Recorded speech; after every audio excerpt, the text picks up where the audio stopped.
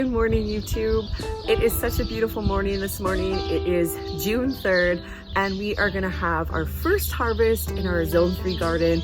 I've got my tiny little helper here with me today. She is very much attached at the hip, so she's gonna join us. I thought it'd be fun to come on and do a little harvest video, show you that while there's not a lot of produce in Zone 3 in June, there's still a few things that you can probably harvest from your own garden. If this is your first time here, hi, my name is Kristen. I run the blog and I'm the gardener behind Shifting Roots. If you also live in a cold climate with a short growing season, make sure you hit that like and subscribe button. As well, every single day I show up on Instagram and Facebook and I share gardening tips and inspiration, and I show you exactly what to do when in real time. All right, what do you think, Felicity? Should we go harvest some things? No words? Okay, I'm gonna say she says yes. Today we're mostly going to be harvesting from my grow bags. I planted these at the beginning of May.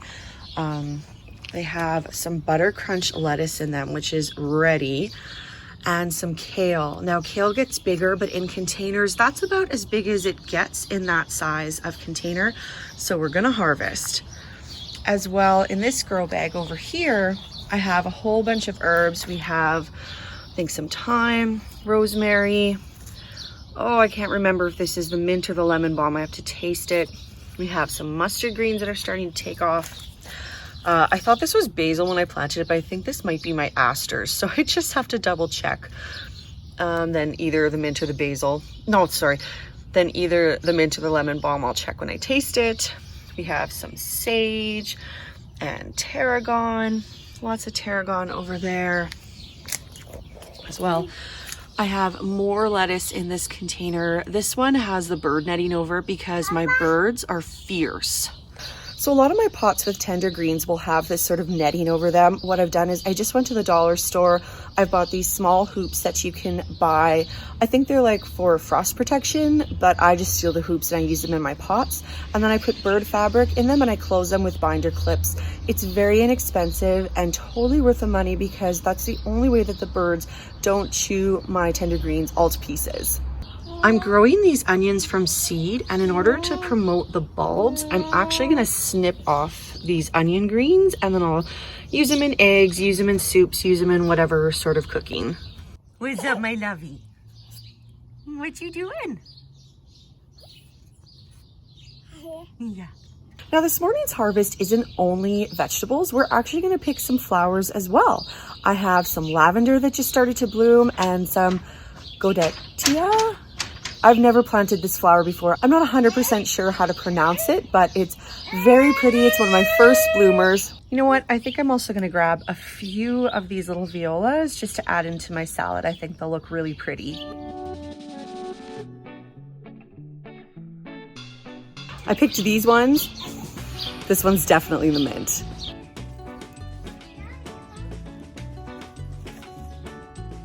I've cut my onions to about this height. I'm gonna guess that's around 3 to 4 inches, maybe a tiny bit longer on some of them, and that'll just help the bulb to grow.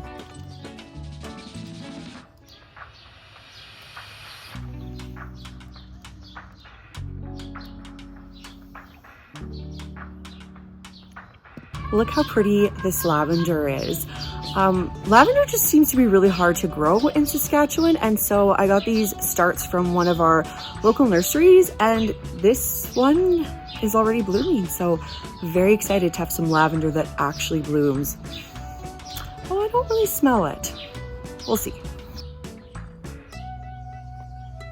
I also grabbed a handful of chives and some chive blossoms.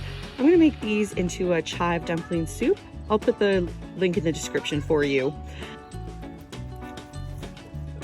I took a few of these little shorty stems of Godetia, however you pronounce it, and they'll just be nice in the sink as a little sweet little arrangement.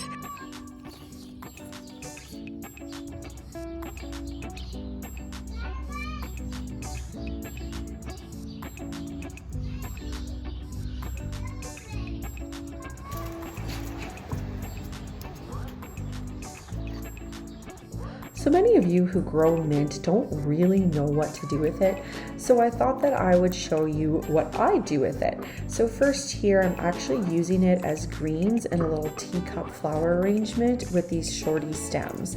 It's really easy to make and the mint lasts a long time in the vase.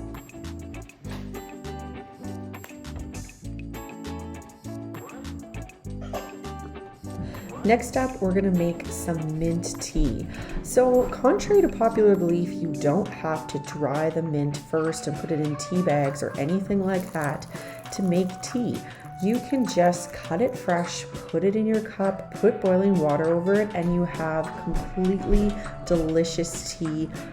So thanks for joining me for this little harvesting video adventure. If you like more of this content, definitely hit the like and subscribe button, hit that notification bell. I also shop every single day on Instagram and Facebook, and we'll see you in the next one. Bye-bye. See you, bye-bye.